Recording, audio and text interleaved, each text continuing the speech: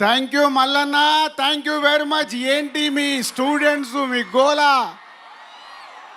అప్పుడు యానిమల్ చేసాము, మళ్ళీ ఇప్పుడు టాక్సికే చేసాము. So thank you students and Preethi గారు, థ్యాంక్ యూ వెరీ మచ్. ఈరోజు మా టాక్సిక్ టీమ్కి ఇంత వెల్కమ్ ఇచ్చిన మీ అందరికీ thank you very much. And 476 movies distribute చేసిన మాకు, 30 ఇయర్స్లో 63 ఫిలిమ్స్ ప్రొడ్యూస్ చేసిన మాకు, ఈ టాక్సిక్ గురించి నేను ఒక విషయం చెప్పాలి. యష్ గారి గురించి అండ్ మై ప్రొడ్యూసర్ కేవిఎన్ గారి గురించి. మేము ఇన్ని సినిమాలు తీసినా ఈరోజు ఆల్ ఇండియాలో నంబర్ 1 ప్రొడ్యూసర్ కేవిఎన్ గారు. ఆల్ లాంగ్వేజ్లో సినిమాలు తీస్తున్న ప్రొడ్యూసర్ వారు. తమిళ్, కన్నడ, హిందీ, తెలుగు, మలయాళం ఆల్ లాంగ్వేజెస్లో సినిమాలు తీశారు. రామానాయుడు గారి తర్వాత కేవిఎన్ గారు ఈరోజు ఇండియాలో ఆల్ లాంగ్వేజ్లో తీస్తున్న సినిమా ప్రొడ్యూసర్. పెద్ద క్లాప్స్ కొట్టండి వారికి. మొన్ననే తమిళ్ మన సీఎం గారు జననాయకన్, ఇప్పుడు యష్ గారితో టాక్సిక్, హిందీలో అక్షయ్ కుమార్ గారితో సినిమా, ఇలా ప్రతి లాంగ్వేజ్లో తీస్తున్న కేవిఎన్ గారు. చిరంజీవి గారితో మర్చిపోయాను, మెగాస్టార్ చిరంజీవి గారితో తెలుగులో సినిమా. ఇలా ప్రతి లాంగ్వేజ్లో తీస్తున్న కేవిఎన్ గారికి సార్ ఆల్ ది బెస్ట్. మీ విజన్ ఆల్ లాంగ్వేజ్లో చేస్తూ ఇండియన్ ప్రొడ్యూసర్ అవుతున్నందుకు కంగ్రాచులేషన్స్.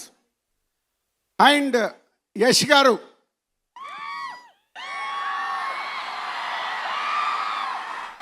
మా పరిచయం కేజీఎఫ్ మూవీతో అయింది. ప్రశాంత్ నీల్ మా హర్షిత్కి వెరీ క్లోజ్. అలా యష్ గారితో పరిచయం అయింది కేజీఎఫ్ 2 చాప్టర్ అప్పుడు. సరే క్యాజువల్గా సినిమా రిలీజ్ అయింది, సక్సెస్ అయింది, అంత అయిపోయింది. ఆఫ్టర్ కేజీఎఫ్ ఏం చేస్తున్నారని అడిగాను. సార్ ఒక కొత్త డైరెక్టర్ని ఇంట్రడ్యూస్ చేస్తున్నాను సార్ అన్నాడు. కేజీఎఫ్ తర్వాత ఎవరైనా పెద్ద పెద్దగా ఆలోచిస్తారు. యష్ గారు దాంట్లో ఉన్న పొటెన్షియాలిటీని మట్టుకే చూసుకుంటూ ఇంతింతై వటుడింతై అన్నట్టు తన కెరియర్ని ఈరోజు పాన్ ఇండియాను దాటి వరల్డ్ సినిమాగా మారుస్తున్నారు టాక్సిక్ని. Sir me విజన్కి hats off.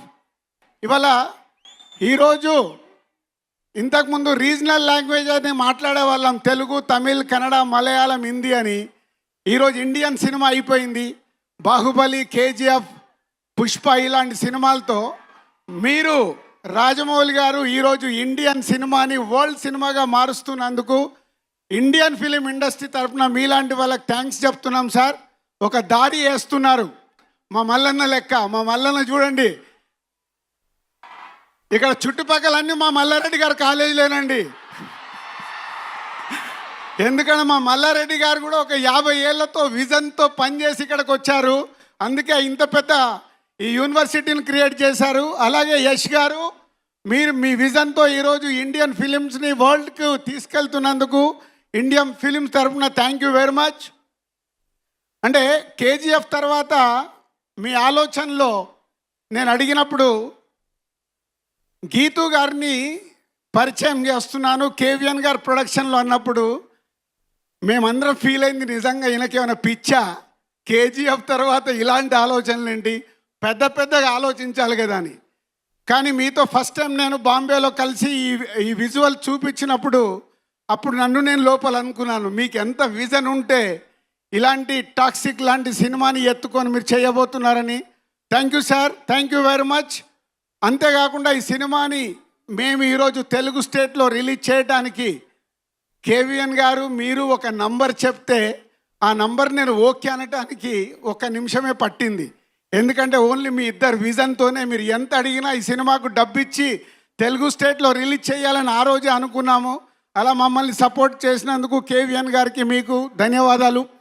And ఈరోజు ఒక్కొక్క కంటెంట్ మీరు బయటికి ఇస్తుంటే ఈరోజు ఈ సినిమాని వరల్డ్ సినిమాగా మార్చడానికి మీకు 100% ఈ సినిమాలో ఉన్న పొటెన్షియాలిటీ, మీరు కలిసినప్పుడల్లా ఈ సినిమా గురించి చెప్తున్న మాటలు. And 3 days back Vishal Mishra, music composer Vishal एक बार उठ के सबको हाय बोलो.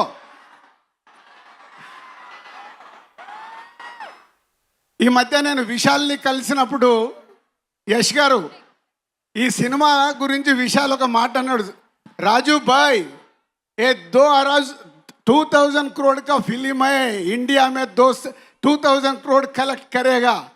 वाह विशाल, चलो आपका वर्ड के साथ हमारा केवीएन साहब को, यश सर गौर, गीतू मैडम को, सबको all the best, and Kiara and other all cast and crew all the best. Thank you very much. And Hyderabad, yes, మన సౌండ్ మామూలుగా ఉండకూడదు. యానిమల్కి ఇక్కడి నుంచే మొదలు పెట్టాం, ఇప్పుడు టాక్సిక్ ఇక్కడి నుంచే వాళ్ళకు ఒక సౌండ్ వెళ్ళాలి. ఓకేనా? Thank you.